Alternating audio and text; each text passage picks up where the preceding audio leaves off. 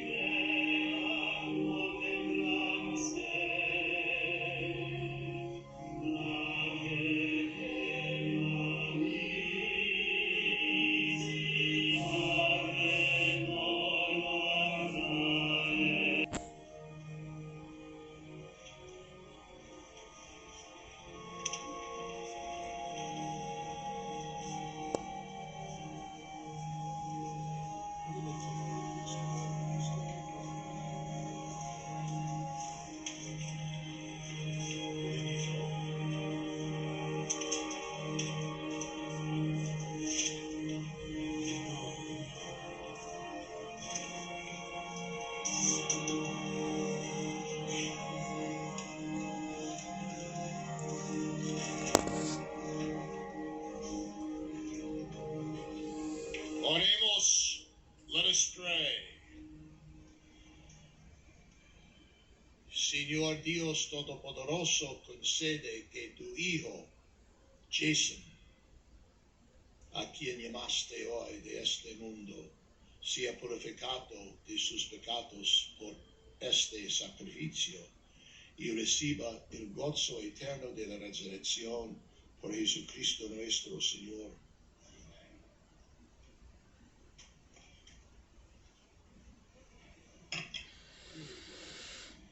At this time, I'd like to invite the Mayor of the City of New York, the Honorable Eric Adams, to come forward.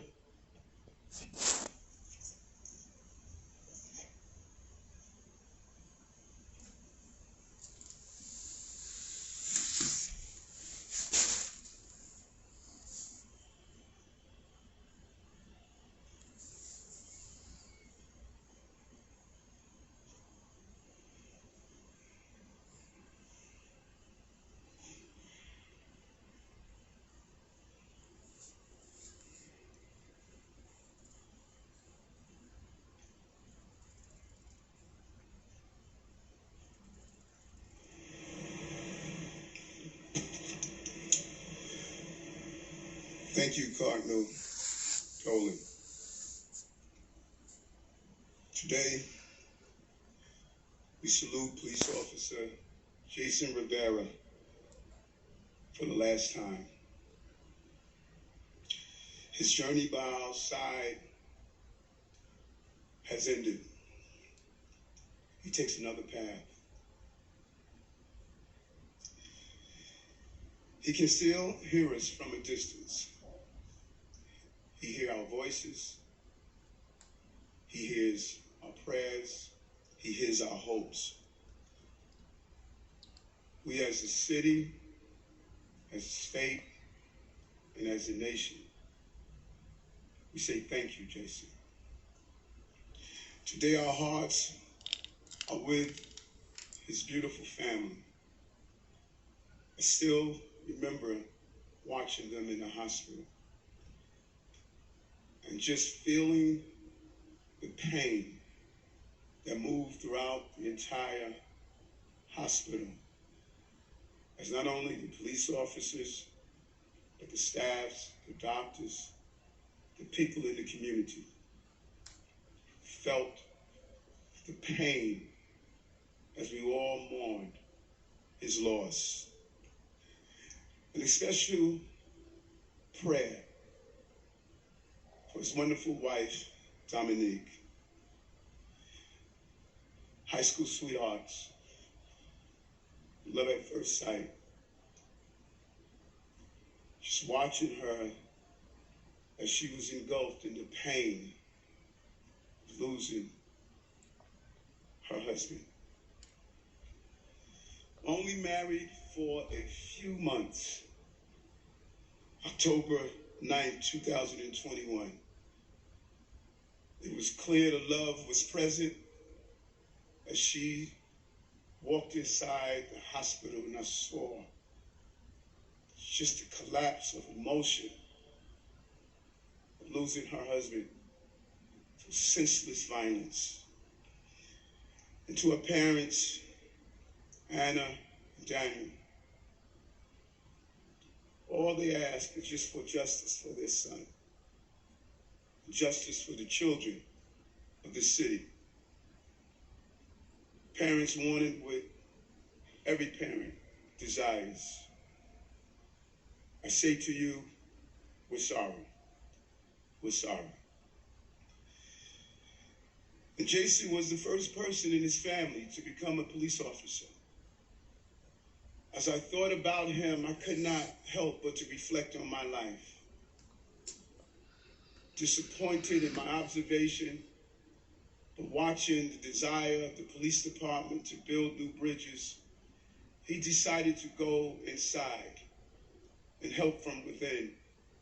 And he was committed to that desire. And he did it for the right reasons. He wanted to make a difference. He wanted to become a police officer. And also thought about Jeffrey. What it means to be a big brother, Jeffrey. All you want is the best for your baby brother. You spend your entire life trying to protect them from harm. And feel hopeless when something devastating happens. And we have a tendency to blame ourselves when that happens. Please don't do that.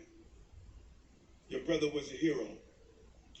And he understood the bonds of brotherhood and what it means to be a brother. And how painful this parting is for you. I remember looking at your face and thinking about Bernard, my baby brother. And all I can say to you is that you have physically lost your brother, but you've gained me as your brother. And I thank you for what you have done to have this wonderful human being become a member of the New York City Police Department, and how you guided him throughout his life. You did your job so he can do his job. Jason was fortunate enough to also have a wonderful extended family. Dominique's parents, Liliana and Jimmy, and their children, his siblings-in-law. The entire Dominican community, as well as the entire city of New York, is in mourning, but it also lifts up our acknowledgement of how much first-generation New Yorkers play a vital role in the fabric of this city. He was a first-generation New Yorker, son of immigrants. Example how we can come together as a city. He's a hero, and our fellow New Yorkers acknowledge that. And we grieve for all of them, as well as his family. And with the family of his fallen partner, Officer Wilbert Mora, our hearts go out to his family. But also want to speak to my men and women that wear and adorn the uniform every day. Once a cop is always a cop. It never goes away. Every retired member inside this church and in this city feels the pain. I think about Glenn Martin, the husband of my longtime chief advisor, Ingrid Martin. He gave me a picture of his son that I hung in my locker every day as a rookie cop and throughout my 22-year career. And I was afraid that one day I would have to tell his family that he was not coming home. And it concerned me. And there were days when I thought the public did not understand and appreciate the job we were doing. And I want to tell you officers, they do. They do. Don't ever give up on the people of this city, because they will never give up on you. And every day when I see New Yorkers, they say thank the men and women of the New York City Police Department. And I want to thank you. I want to thank you for what you do every day. You stand in the gap of safety. And these two fine men watered the tree of safety that allows us to sit under its shade from the hot sun of violence. You play a vital role in the prosperity of this city. And today is the morning for all of you. The tragic death of your brother in blue uniform is a stark reminder of what is on the line every day. And I'm here sitting next to the governor of the state of New York, Senator Chuck Schumer, and other electeds. We're committed to giving you the resource to do your jobs and ensure that we can keep the people of this city safe. It takes courage to put on a uniform and a badge, to answer the call, to serve the cause of justice in every sense of the word. Cardinal Dolan, this is a biblical moment. Scripture states, greater love have no one than this, that a man lay down his life for his friends. That is what Jason did.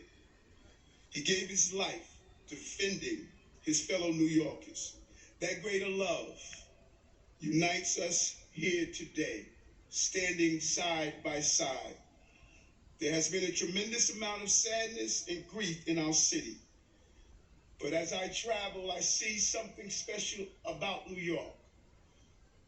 Inside the crevices of violence and uncertainty in COVID, inside the uncertainty of what tomorrows are alike, I see love and hope and opportunity. We are New Yorkers.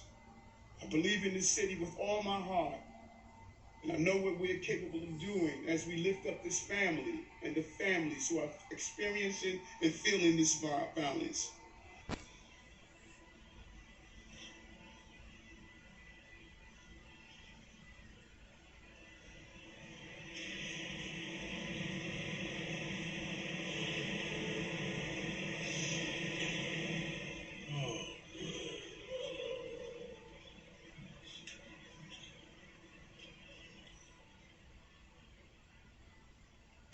I'd now like to invite up the Police Commissioner of the City of New York, the Honorable Keyshawn Sewell. Cardinal Dolan and members of the clergy, Mayor Adams, Dominique, Danielle, Anna, Jeffrey, Jason's extended family and friends, members of the 3-2 Precinct and Jason's Police Academy Company 2062, residents of Harlem, Washington Heights, Inwood, all of our communities, and everyone touched so deeply by Jason's life, as well as his passing. En nombre del Departamento de Policía en Nueva York, que él amó, y por él que dio su vida, les expreso mis más profundas condolencias.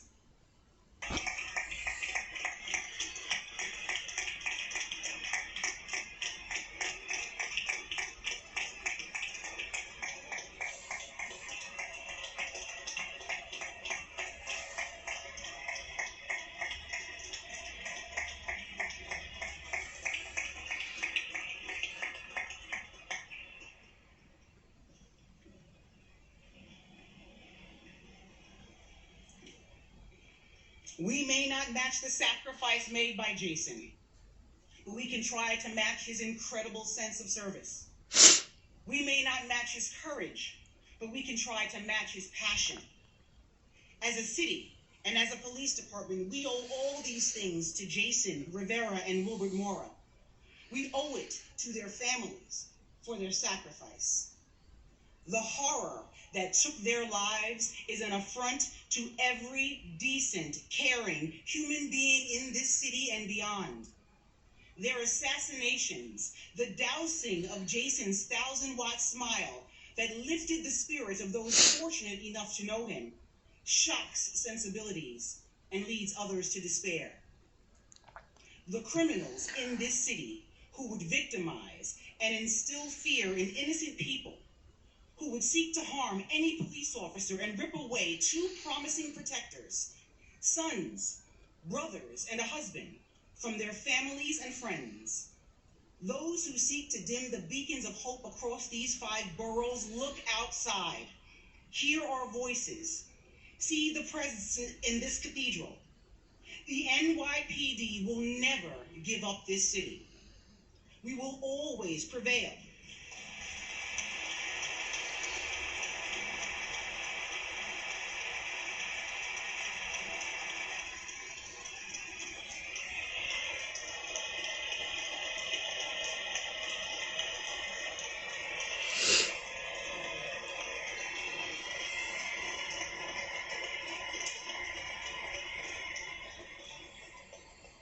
We prevail because we stay united and strong. It is because the spirit of Tata is in the bones of every single police officer. It's in the hearts of his family. It's in the mountain of sympathy and support of countless New Yorkers across this city and people all over the world. Jason's light will shine on. Senora Rivera, we can never replace Tata's light that he waved to you at night. But there's a glowing wave of blue outside, of gray, of brown and green, a mosaic of men and women in uniform with the shine of tears in their eyes and a glint of daylight on their shields. As the turret lights escort your family, they honor our brother today. Know that they will forever beam and salute to the son you gave in service to this city. It is the light that never fails. And the truly finest members of the 3-2 and the entire NYPD will proudly carry on the extraordinary legacy of Detective First Grade, Jason Rivera. Familia Rivera, los amamos y seremos su familia para el resto de la vida. Gracias.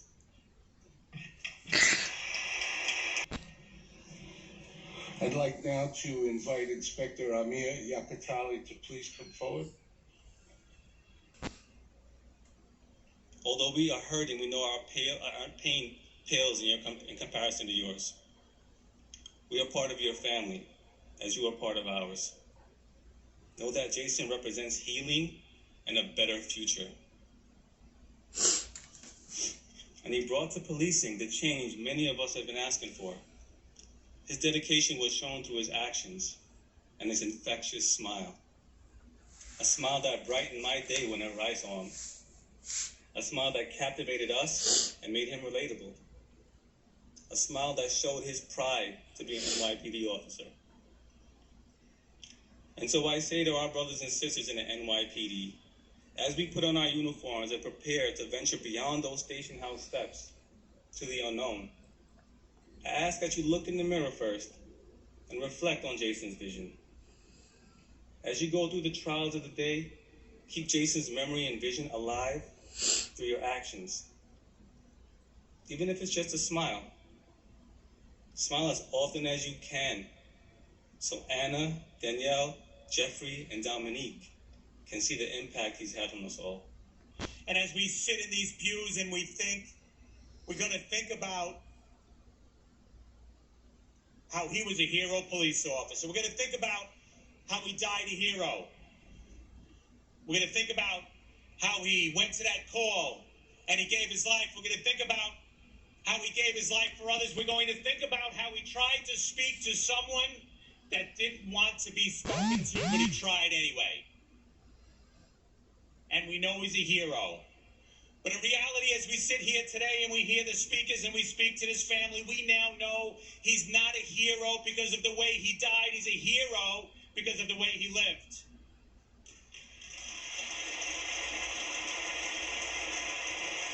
He's a hero not because he had a shield in his pocket, but he had a shield in his soul. Yes. He watched every show, live PD, cops. He watched it all. That's all he wanted to do. All he wanted to do was go out in the streets and tell people how we can do better, talk about his culture, say how he wanted to be a cop, and then he became that cop. How we can do better. How we can change the world. And then when we look at his family and we look at how he lived, we know it didn't happen by magic. It was taught and it was learned and it was in his soul at his own kitchen table. How he cared for his parents and he took care of them as his brother told us. How he chose his bride and loved you literally for his entire life. So yes, he's a hero for the way he died, but more importantly, he's a hero. He's a hero for the way he died, but he's a hero for the way he lived each and every day. So now it's our turn to help him and continue to change the world. And I'm a work in progress, Cardinal. And at times I doubt. But now I have the faith. If he can think he can change the world, well then we're going to change the world with him and for him.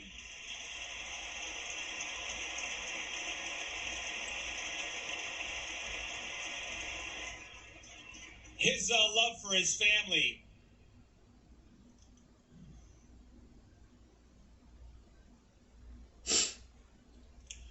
His love for his family was so strong, I was so honored to be welcomed into your home.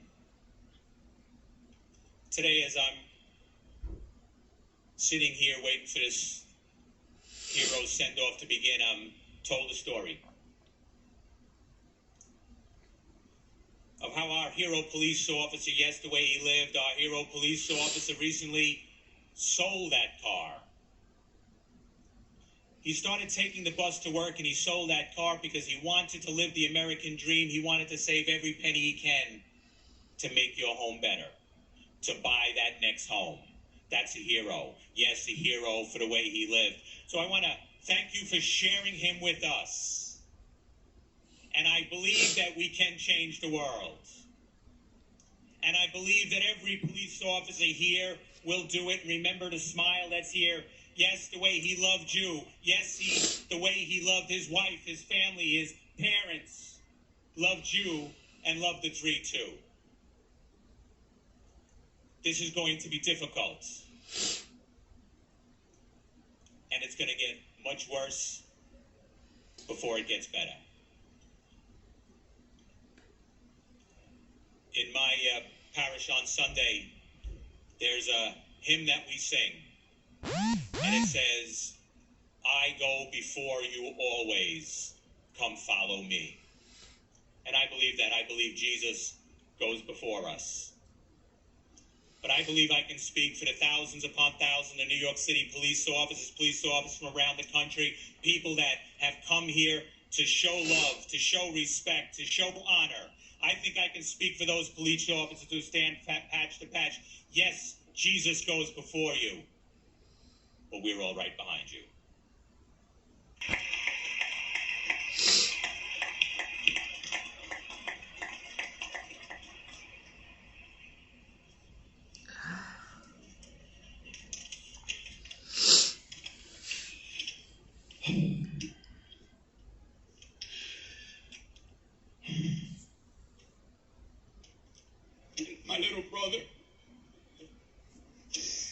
My little brother, police officer Jason Rivera. My little brother Jason Rivera, a.k.a. Tata. A.k.a. Tata. Tata. We don't know who Jason is. That's Tata for us. Tata for life. My little brother Tata. And my wife, she would always tease me. She would always tease me. She would say, why do you call him your little brother? Why do you call him your little brother? He's bigger than you. And he was bigger than me. He had a lot more facial hair than me. He could probably beat me up. It is what it is. But when I looked at him, I never saw the man that you saw. Never. I never saw the man that you saw. I saw my baby. I saw my baby brother. I saw 10-year-old Tata. That's who I saw. I didn't see police officer Jason Rivera. That was my baby. My baby. Everyone likes to say, everyone keeps telling me over and over and over again, oh, you have such a big influence on your brother. Everything that he did, everything. He would come to me, he would ask me for his opinion on all of his decisions, everything. And that was true. That was true. Everything that he did, he always wanted my opinion on it. But, no matter how much I begged my brother, no matter how much I begged him to not become a police officer, I had no influence on that. No influence. No influence. There was nothing that I could say, that my mother could say, to take that burning desire that he had inside of him to become a police officer, to wear that uniform and get that badge. Nothing. My brother's first love was policing. That was his first love. As a kid,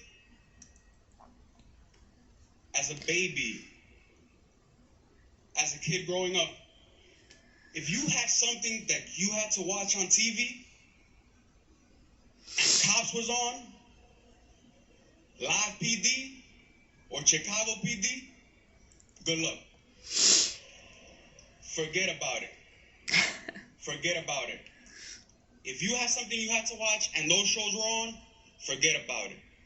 And he would lay on his couch listening to the Citizens app, listening to the radio transmission. I'm like, yo, what are you doing, bro? He would just lay there, just listening to the radio transmissions.